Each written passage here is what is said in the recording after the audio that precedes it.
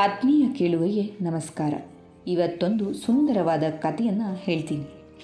ಒಬ್ಬ ತರುಣ ತನ್ನ ಬಾಲ್ಯದಲ್ಲಿ ನಡೆದ ಘಟನೆಯೊಂದನ್ನು ಸಂತೋಷದಿಂದ ನೆನೆಸಿಕೊಂಡು ಲೇಖನವನ್ನು ಬರೆದಿದ್ದಾನೆ.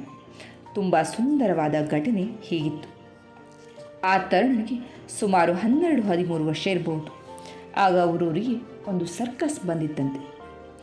ಆ ಹುಡುಗನ ತಂದೆ ಸಂಜೆ ಸರ್ಕಸ್ ನೋಡೋದಕ್ಕೆ ಕರೆದುಕೊಂಡು ಹೋಗಿದ್ದು. ಈ ಹುಡುಗ ಅಂದರೆ ಆ ತರುಣ ಈಗಾಗಲೇ 1-2 ಬಾರಿ ಸರ್ಕಸ್ಸನ್ನು ನೋಡಿದ್ದ.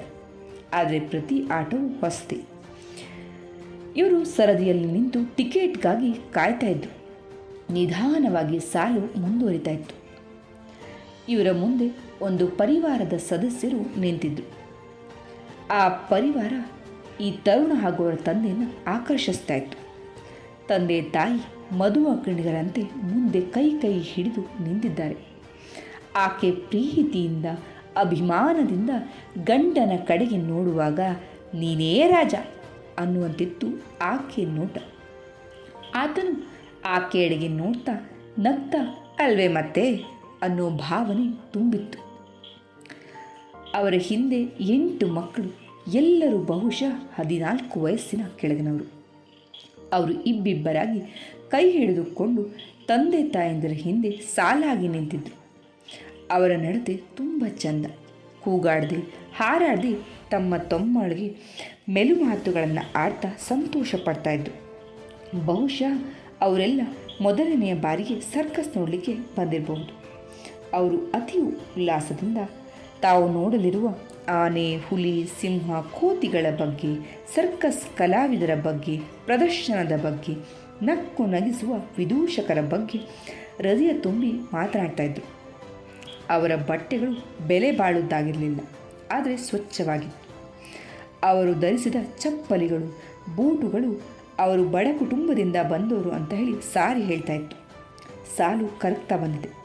ಈಗ ಇವರ ಮುಂದೆ ಇರುವಂಥದ್ದು ಕೇವಲ ಆ ಪರಿವಾರ ಮಾತ್ರ.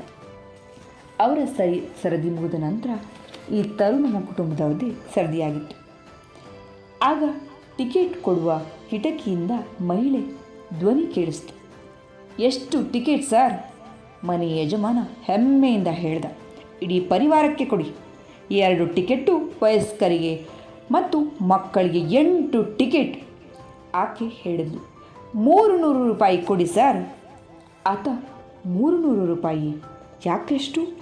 ದೊಡ್ಡವರಿಗೆ 25 ಹಾಗೆ ಮಕ್ಕಳಿಗೆ 10 ರೂಪಾಯಿ ಅಂತ ಒಟ್ಟು 130 ರೂಪಾಯಿ ಅಲ್ವೇ?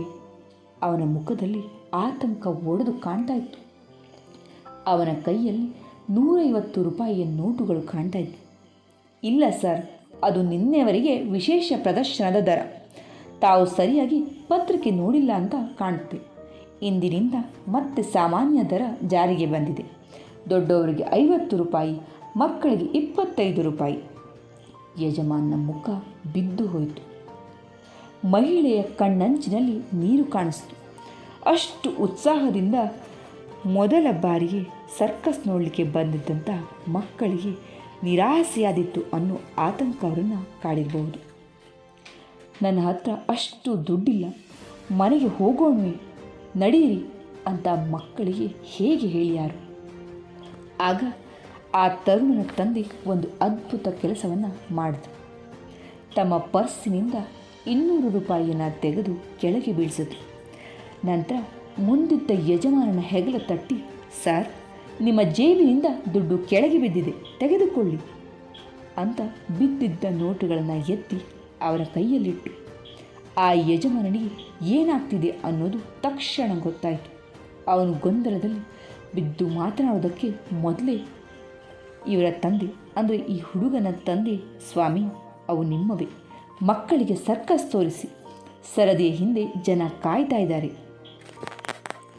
ಆ ಯಜಮಾನ ಈ ತರುಣನ ತಂದೆಯ ಕೈಯನ್ನು ಹಿಡಿದುಕೊಂಡು ಕೃತಜ್ಞತೆಗಳಿಂದ ಹೇಳ್ತಾನೆ, ಸರ್, ಇದನ್ನು ನಾನು ಎಂದೂ ಮರೆಯಲಾರೆ, ನಿಮ್ಮ ಅಡ್ರೆಸ್ ಕೊಡಿ ಅಂತ ಹೇಳಿ ಅಡ್ರೆಸ್ ಪಡೆದು ಟಿಕೆಟ್ ಇಟ್ಟುಕೊಂಡು ಒಳಗೆ ನಡೆದ. ಈ ತರುಣ ಹಾಗೆ ಅವನ ತಂದೆ ಒಳಗೆ ನಡೆದು ಸರ್ಕಸ್ ನೋಡಲಿಲ್ಲ. ಆ ಪರಿವಾರದ ಸಂತೋಷದ ಬುಗ್ಗಿಯನ್ನು ಕಂಡರು. ಸರ್ಕಸ್ ಇದಕ್ಕಿಂತ ಹೆಚ್ಚಿನ ಸಂತೋಷವನ್ನು ಕೊಡಲಿಕ್ಕೆ ಸಾಧ್ಯನಾ? ಆತ್ಮೀಯರೇ, ಈ ಕತೆ ಹೇಳಲಿಕ್ಕೆ ಕಾರಣ ಇಷ್ಟೆ. ಕೊಡುವುದರಲ್ಲಿ ದೊರೆತಂಥ ಸುಖ ಸಂತೋಷ ಪಡೆಯುವುದರಲ್ಲಿ ದೊರಕಲಾರದು. ಬಹುಶಃ ಇಂಥ ಅನುಭವಗಳು ನಿಮ್ಮ ಜೀವನದಲ್ಲೂ ಆಗಬಹುದು ಅಂತ ಹೇಳಲಿಕ್ಕೆ ಈ ಕಥೆಯನ್ನು ಹೇಳಿದೆ. ಕತೆ ಇಷ್ಟ ಆಯಿತು, ಅರ್ಥ ಕೂಡ ಆಯಿತು ಅಂತ ಭಾವಿಸ್ತೀನಿ. ಕೇಳಿದ್ದಕ್ಕೆ ಧನ್ಯವಾದ.